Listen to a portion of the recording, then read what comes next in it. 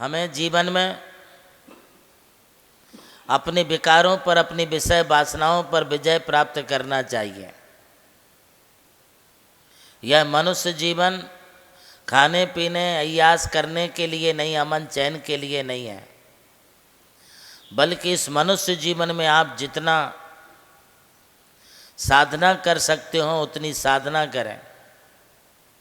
भवेषु मनुष्य भवा श्रेष्ठा की है लोकोक्ति, जो बताई है मुक्त कंठ से सभी धर्म और संप्रदायों में मनुष्य भव की श्रेष्ठता है।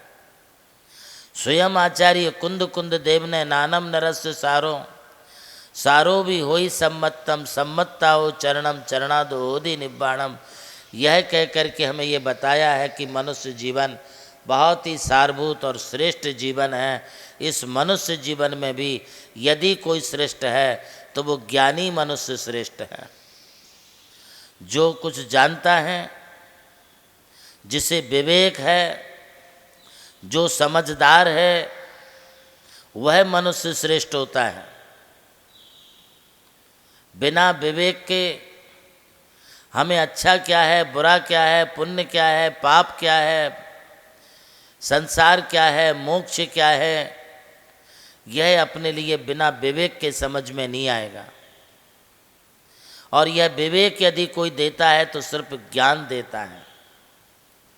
ये विवेक बुद्धि तुम्हारे जीवन में होगी तो हमारे लिए भेद विज्ञान भी होगा, अपना और पराया भी समझेगा। जहाँ देह अपनी नहीं वहाँ न अपना कोय, घर संपत्ति पर प्रगट है पर है पर जन लोय। यह 12 भावना की पंक्ति हमें यह कहती है कि जब ये शरीर अपना नहीं है तो ये घर संपत्ति धन दौलत कुटुंब परिवार मित्र आप तो ये हमारे कैसे हो जाएंगे। यह भेद विज्ञान की कला हमारे लिए सिखलाती है तो हमारे दिगंबर साधु सिखलाते हैं। इन्हें शरीर से कितनी निष्प्रयता होती है, कितने निर्ममत्व और निर्मोही होते हैं। वे शरीर को अपनी आत्मा से पृथक समझते हुए शरीर की नहीं आत्मा की उपासना करते हैं। हमारा ये शरीर के प्रति मोह, हमारा ये शरीर के प्रति प्रेम और शरीर के प्रति जो हमारी आज वासनाओं की दास्ता पैदा होती जा रही है, इन वासनाओं से यदि बचना है, पंचेंद्रिय विषय विकारों से बचना है, इन रागादि कसायों से बचना है,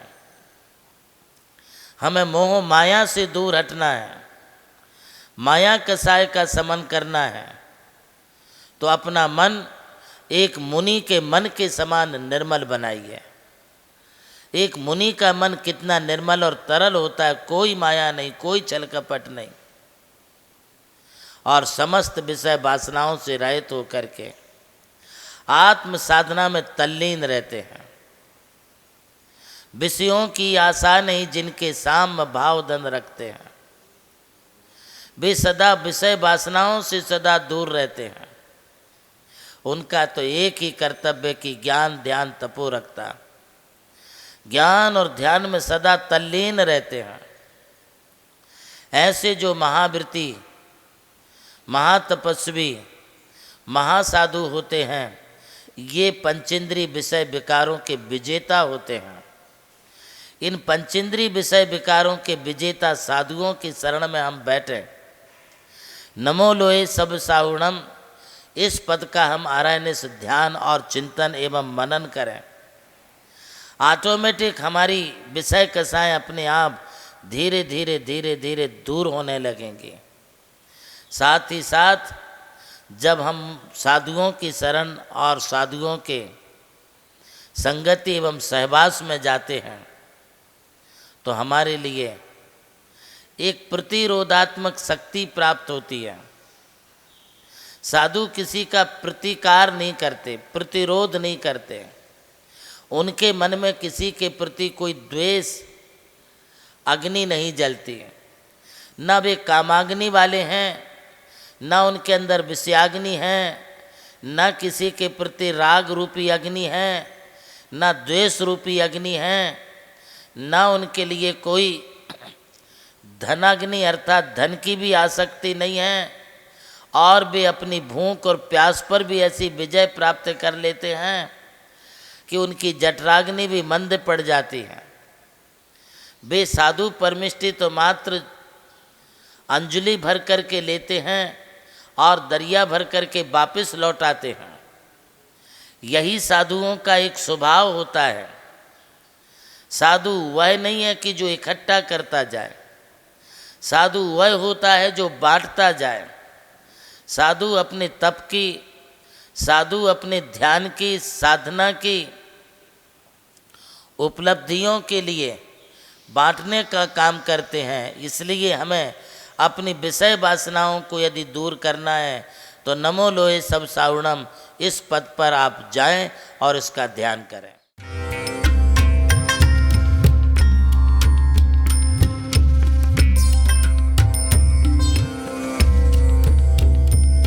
जैन धर्म केवल धर्म नहीं, जन जन का धम है।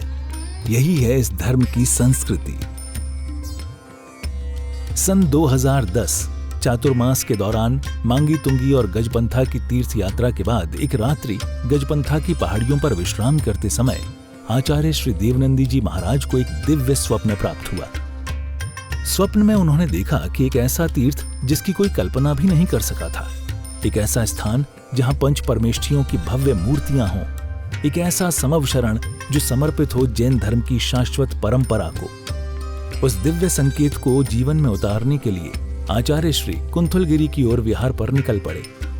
वहां एक श्रद्धालु ने अपनी भूमि पूज्य गुरुदेव को समर्पित की और यहीं से आरंभ हुई मुंबई आगरा हाईवे NH3 स्थित णमोकार तीर्थ के निर्माण की महायात्रा। ये वही भूमि है जिसे राम टेकड़ी कहा जाता है, जहां भगवान रामचंद्र जी ने 12 लाख वर्ष पूर्व तपस्या की थी।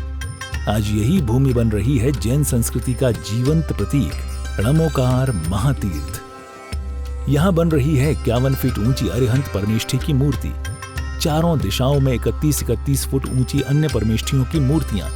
कुल मिलाकर एक अद्वितीय समवशरण की रचना है जिसका वर्णन Guinness book of world record में दर्ज हो चुका है।